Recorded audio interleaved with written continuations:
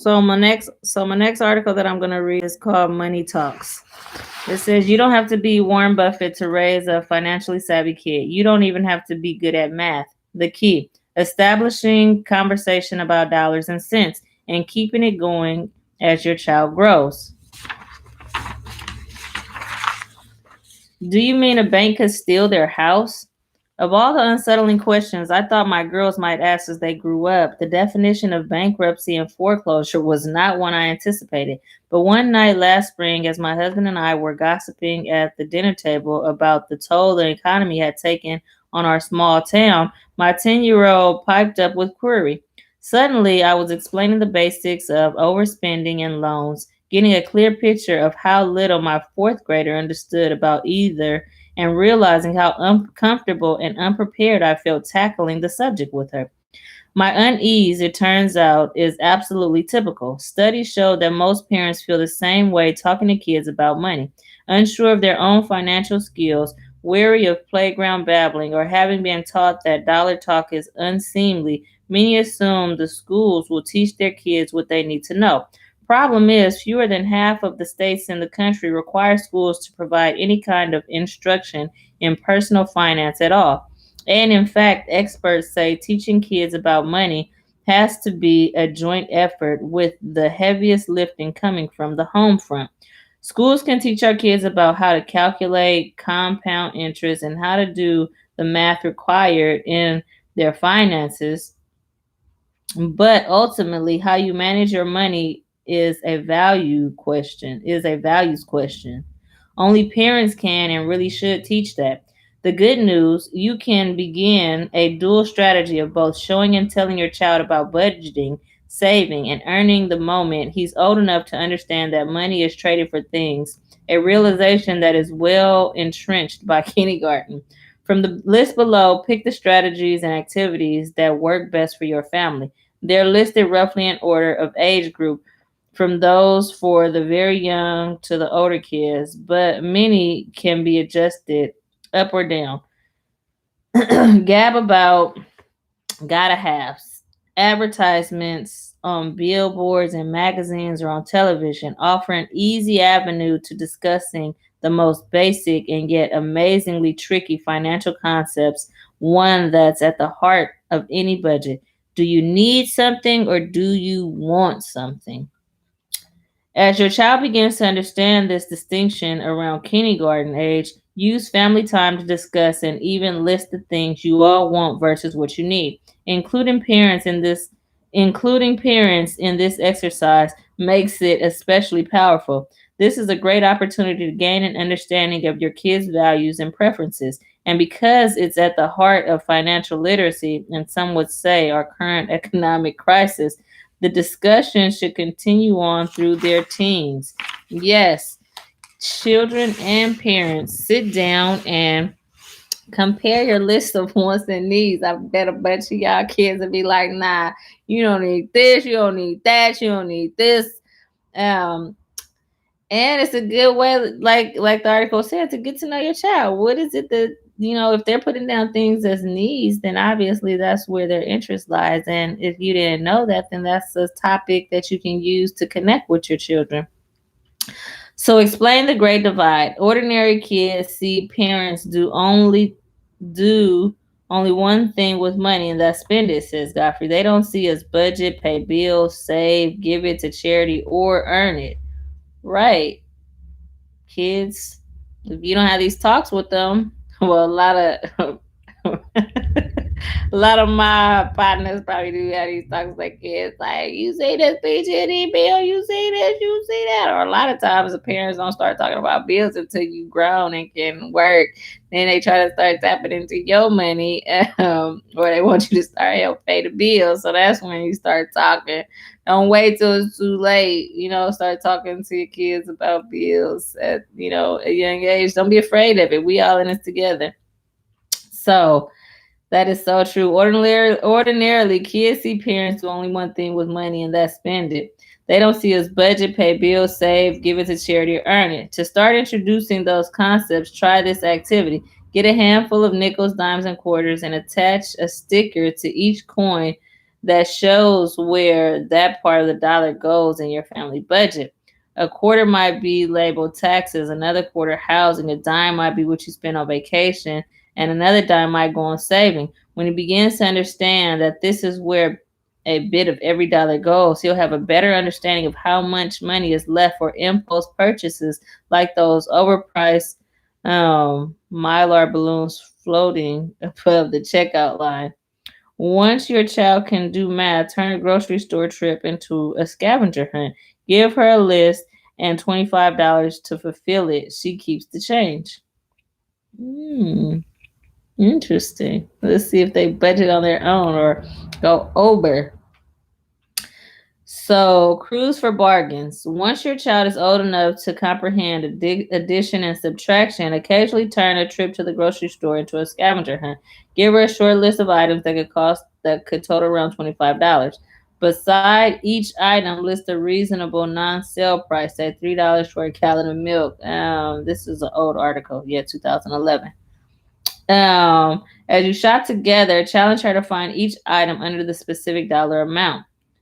The extra incentive here, she gets to keep the money she saves, but has to put back treats if she goes over.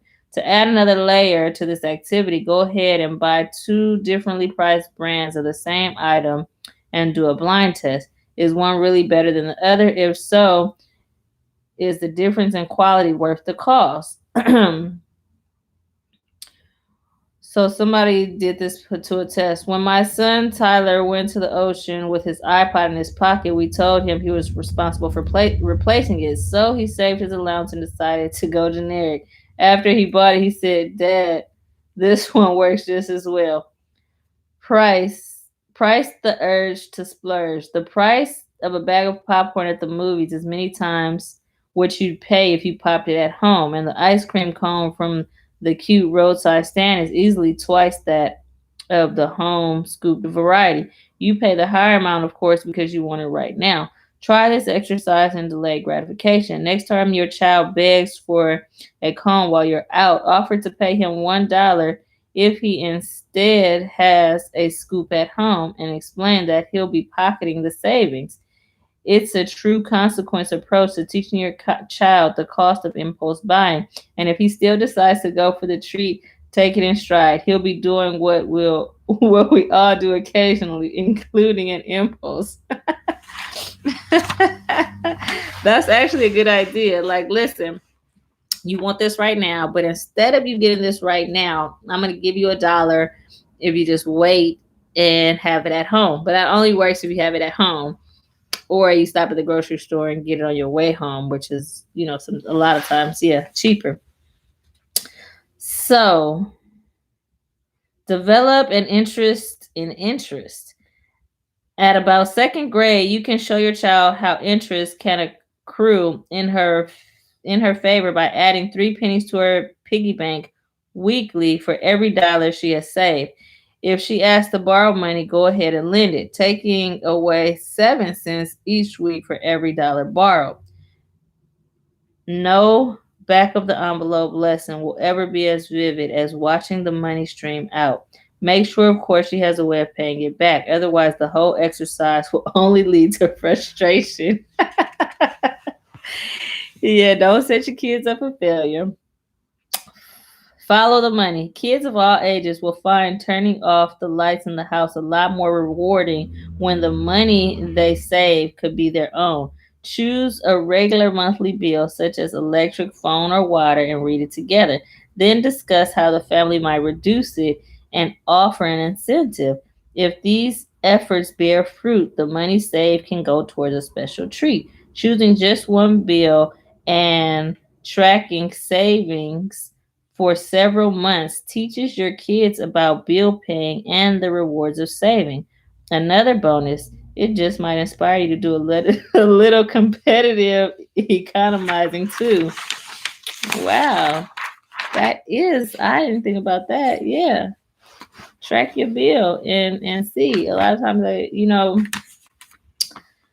might not think it's worth it, but all these type of activities bring you and your children closer together, and the conversations that you have with your children at young ages develop into more mature conversations as you guys get older. So, how many times a lot of you guys wish you had a cousin or a friend or somebody you can go into business with, and you don't want to make that call or make that jump to try to trust them because you have no idea about their financial practices. You don't know if they're mature financially. So, this is actually really good activities to think about and do with kids, cousins, brothers, and sisters. Let them experience handling, having financial transactions with friends and relatives at a young age, so that when you get older and your values have matured, or your the way you handle money has matured, and you're ready for larger ventures, you have some experience with somebody and you can see their track record for how they handle business. If you start this at a young age, then you grow up with business partners. Wanted 51 more amazing mom. Last May, Parenting held the first ever Mom Congress on Education and Learning Conference. And Sister Deal, we moms get to work. Over the course of 2 days, our delegates shared, inspired, and created the culmination of their collaboration. Lesson Plan for Change. We published in our October 2010 issue. Now it's time to do even more. The Second Mom Congress convenes April 10th, 2011. With our educational provider, Georgetown University School of Continuing Studies in Washington, D.C., and we want you to be there. Okay. So play the game of life. Yes, the actual game, which is geared to kids 8 and up. Although critics of this classic decry decries player with the most money wins ethos, pulling out the board will inspire natural conversations about taxes. The game regularly requires you to pay half your paycheck. Interest, insurance, career choice, the stock market, and the financial impact of a simple, bad, or good luck. Several years ago, Milton Bradley released a new version that uses credit cards instead of money and allows players to choose non-traditional work and life paths. Both versions will give you plenty to talk about. Make a mini budget. Many family money Many family money talks quickly devolve into power struggles, especially with older kids. Your child wants this or that name brand item. You think it's a waste. You believe he doesn't understand the value of a dollar. He feels you don't understand his life. So, a mother of a twin Boulder, Colorado, found herself avoiding shopping with her 12-year-old daughter until she gave the tween a quarterly clothing budget. Arguments ceased as soon as her daughter was able to make the decision and feel their impact herself. Most surprising to speak, now it's her money. She often happily chooses the less expensive item. This tactic can work whenever specific items make shopping miserable, whether the budget is for food, snack, music, or toy. Right. If you give your children the budget, and put the money in their hands and let them decide,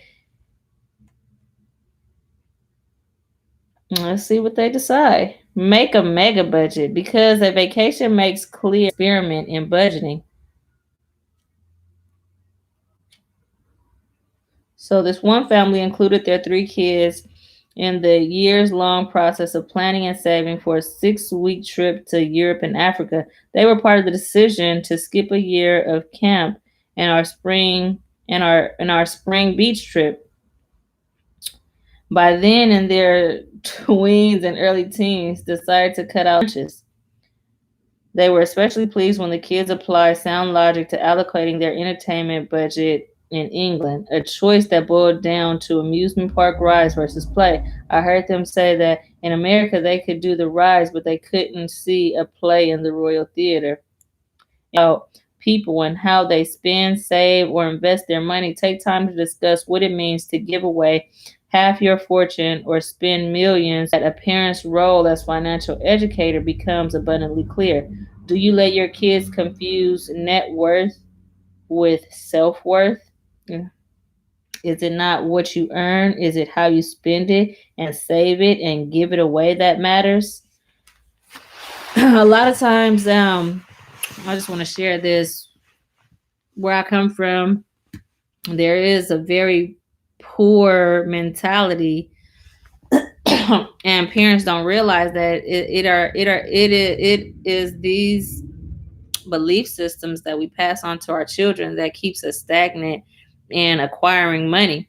So if you don't teach your children how important it is to give, to volunteer, your time, to give money, to be charitable, they're always like, girl, I can't get this, I can't do that, I can't, we broke, I can't afford to get it. You're just affirming this over and over again. So giving is something that needs to be modeled and taught as well. And the blessings truly are in giving. And when you give, especially when you start giving, when you don't believe that you have to give, you start having to trust more. So part of giving is definitely connected to how secure you feel in the world. When you give, it's because you believe that your resources will always be there. You believe that you'll always be taken care of, so it's easy for you to give. But in a lot of our communities, our families, we think we're too poor, we think we're too broke, and we profess this over and over again. There's power in the words that you speak. Hope this was helpful. I love y'all.